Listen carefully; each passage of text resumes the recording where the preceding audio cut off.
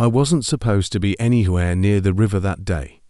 The current had been dangerous all week, swollen from relentless rain. The sky above was bruised with heavy storm clouds, and the air carried that sharp, metallic bite that warns you something bad is coming. Branches creaked in the wind. The smell of wet earth clung to everything. I had my head down, jacket pulled tight, just trying to get home before the weather broke.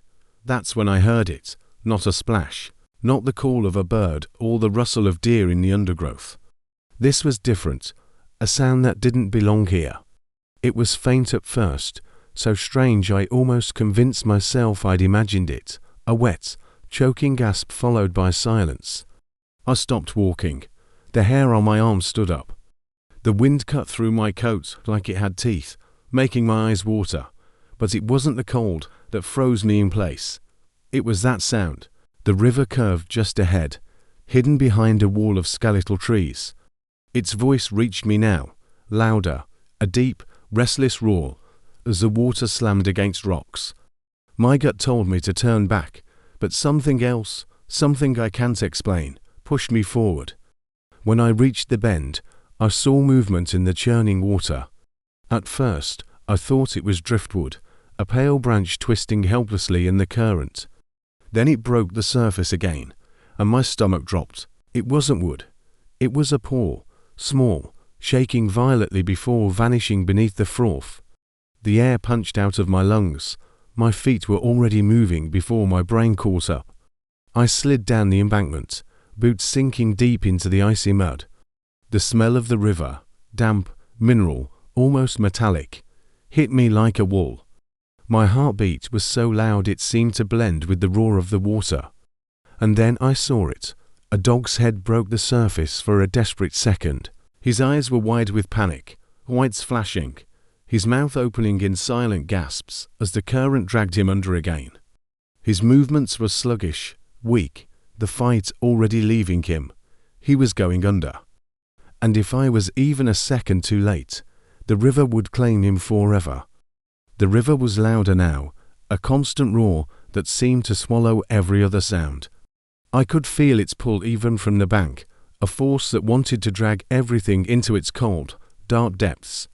My boots slipped on the slick mud as I moved closer, my eyes locked on the spot where I had last seen him. The surface was empty again, just swirling foam and shadows. Panic surged through me. What if I was already too late? I scanned the water desperately, searching for any sign. Seconds stretched, each one heavier than the last, until I saw it, a faint ripple, then a flash of movement. The dog broke the surface again, coughing water, his head barely above the current. He wasn't swimming anymore. He was just floating, carried wherever the river wanted to take him.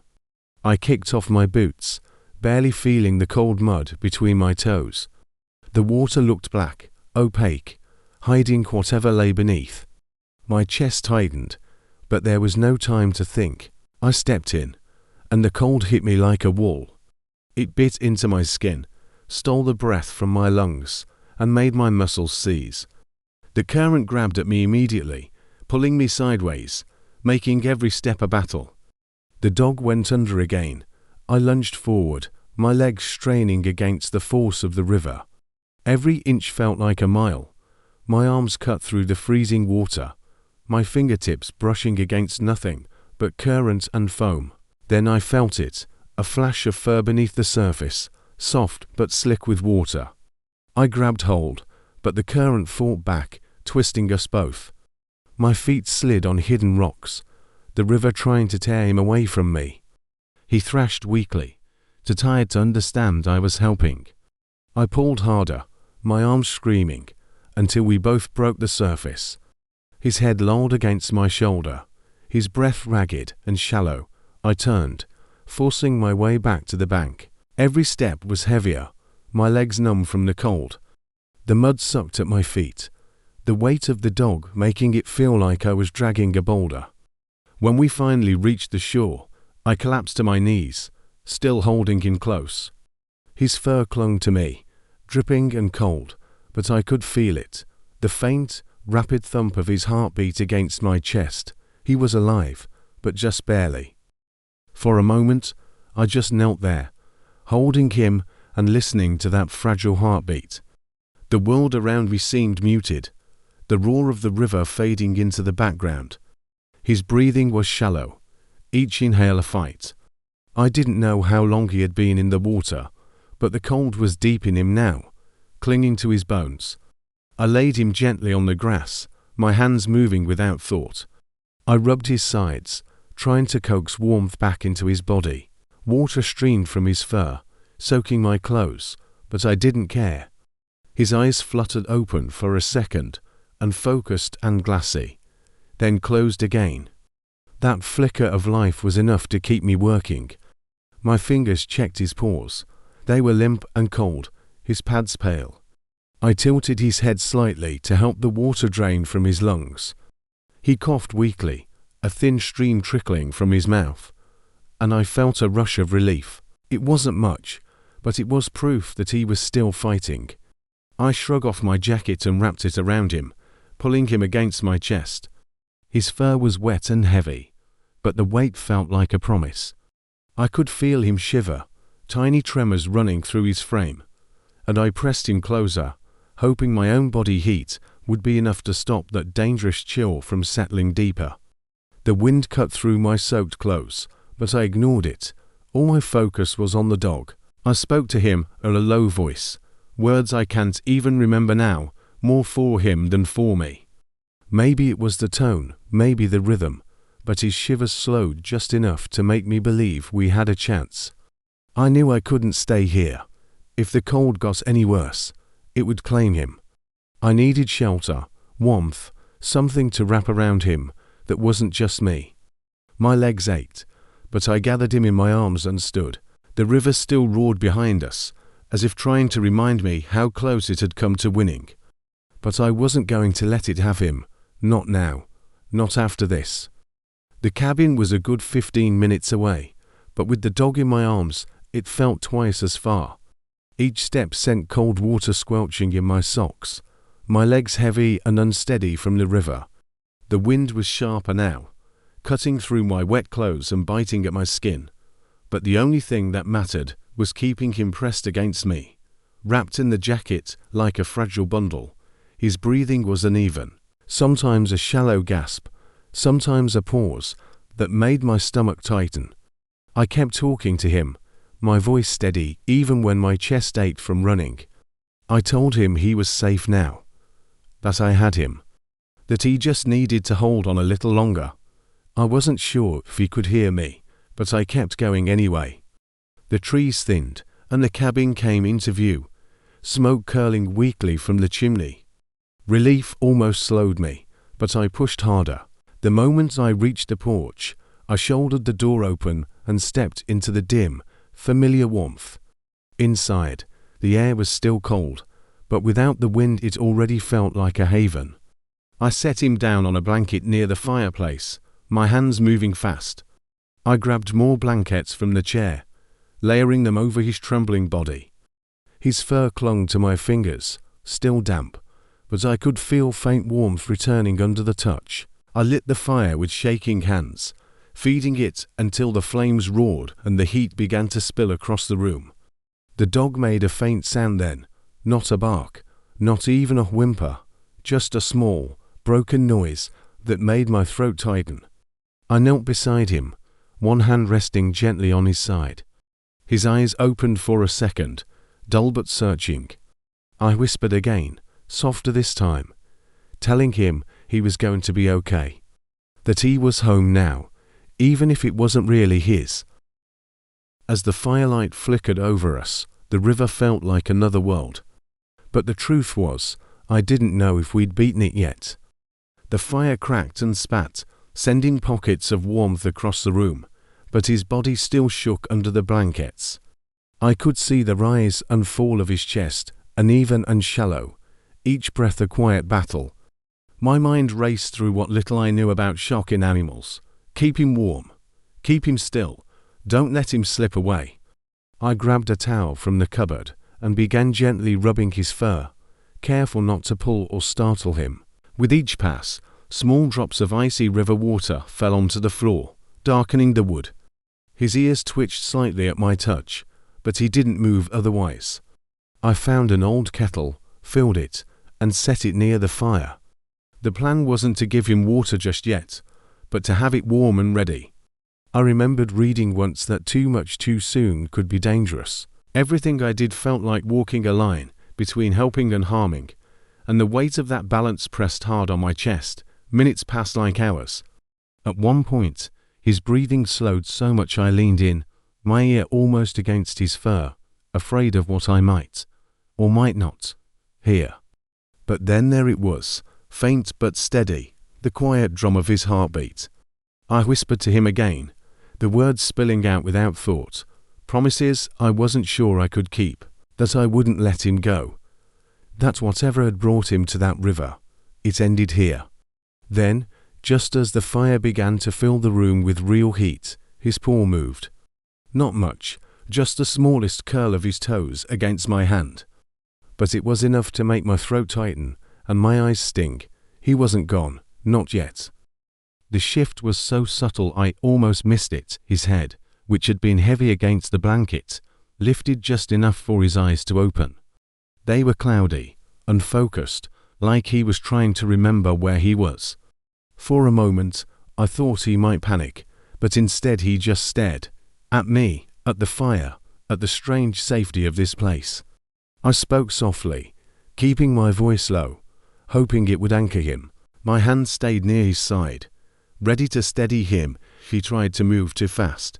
And then he did.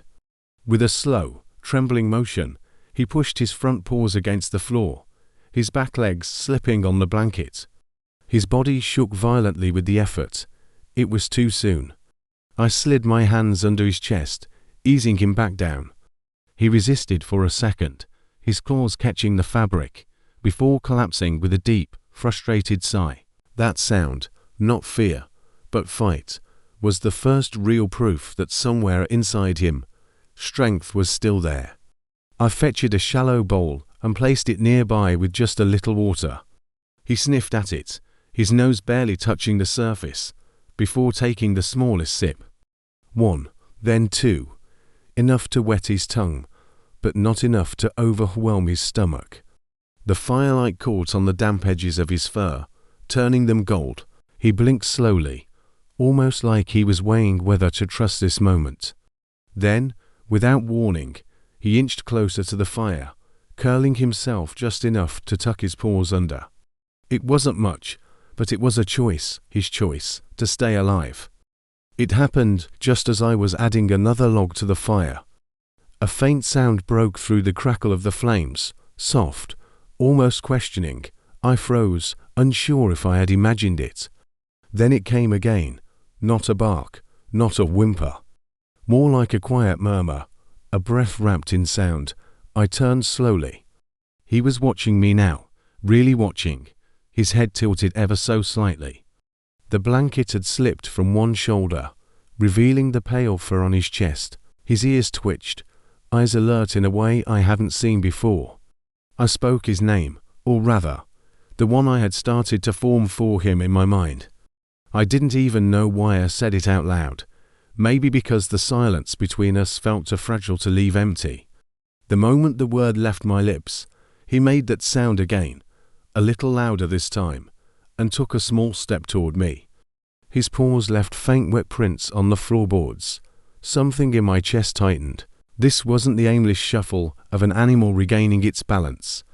This was intense. He wanted to be closer. When he reached me, he didn't jump or lick or wag his tail.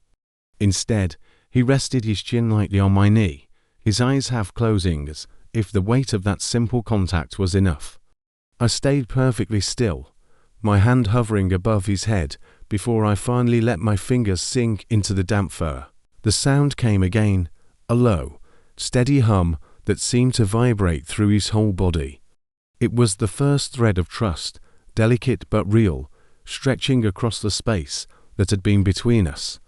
I knew then that saving his life had been the easy part. Earning his heart would take longer, and I was ready for that.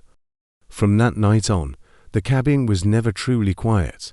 Even when the fire burned low and the wind pressed against the windows, there was always his voice. Not barking, never barking, but a rhythm of soft, varied sounds, like he was trying to tell me something only he understood. In the mornings, it was a short series of low hums as I poured water into his bowl. When I stoked the fire, he'd give a single, drawn-out murmur, as if approving the warmth. And when I sat at the table to write in my journal, he'd curl beside my chair and let out a faint, almost melodic sigh that felt less like air and more like thought. It wasn't constant. He had silences too, long stretches where he'd simply watch me, those amber eyes tracking every move. But even then, I could feel it, the unspoken conversation, the way he measured my presence as carefully as I measured his. One evening, as snow began to fall in thick, slow flakes, I sat on the floor beside him. His fur had grown softer, his breathing steadier. I asked, without thinking, what he had been through before I found him. His head lifted at the sound of my voice. And then he answered, a low, rolling sound that rose and fell like the river in winter. It wasn't an answer I could translate. But it didn't matter. I understood the truth inside it. He wasn't just surviving anymore. He was telling his story, and he trusted me enough to listen. Winter settled deep into the valley, the kind that silences even the bravest animals. The river froze in places, thick sheets of ice bending the current beneath. I kept the cabin warm, the fire always lit, and he kept close, not out of weakness anymore, but out of choice. Some mornings, I'd open the door and he'd step outside, his paws sinking into fresh snow. He'd stand there, breathing in the cold air, scanning the tree line as if weighing something only he could feel. Sometimes, he'd vanish for an hour or two, leaving nothing but his tracks. But he always returned, shaking the snow from his coat before pushing his head against my leg, as if to say he belonged here, at least for now. I began to notice changes. His frame filled out, his coat thickened, and the wary glance he once carried softened into something else, not domestication, but comfort. He would never be a dog content with fences or leashes. There was still a wilderness in his bones, something that couldn't be caged. But for those cold months, he let himself stay. And I let myself believe that maybe, just maybe, some creatures choose their homes not by blood or by birth, but by the ones who pulled them from the water when the world tried to take them. The river was calm that morning, as if it didn't remember what it had almost taken from me. The water moved slowly, sunlight breaking into shards across its surface. Riley stood beside me, his fur catching the light, no longer matted or thin. He was stronger now, broader in the chest, with eyes that no longer darted at every sound. We had walked this trail hundreds of times since that day, but this was the first time I had brought him back here. He sniffed the air, his ears turning toward the water. For a moment, I wondered if he remembered, or if the river was just another smell among thousands. Then his pace slowed, his head tilted, and he stepped closer to the bank. I stayed back, watching him. The current whispered against the rocks, gentle now. Riley sat at the edge, looking out across the water, as if waiting for something only he could see. His tail swept the grass once, twice. Then he looked back at me. Not with fear, not with gratitude, with recognition. It was quiet enough to hear the wind moving through the trees. In that stillness, I thought of how close I had been to losing him before I even knew him. How a single sound, a single step toward danger, had changed both of our lives. He turned away from the river and trotted back to me, pressing his head into my leg. His fur was warm, his breathing steady. I scratched behind his ear, and for a moment we stood there in silence, the same silence that had once felt so heavy, but now felt like peace. As we walked back up the trail, I didn't look over my shoulder. I didn't need to. The river could keep its secrets. I had mine. Some rescues happen in a single moment. Others happen every day after. If Riley's rescue moved you, Don't just let this be the end. Subscribe now and be part of the next story, because the next life we save could be the one that changes yours.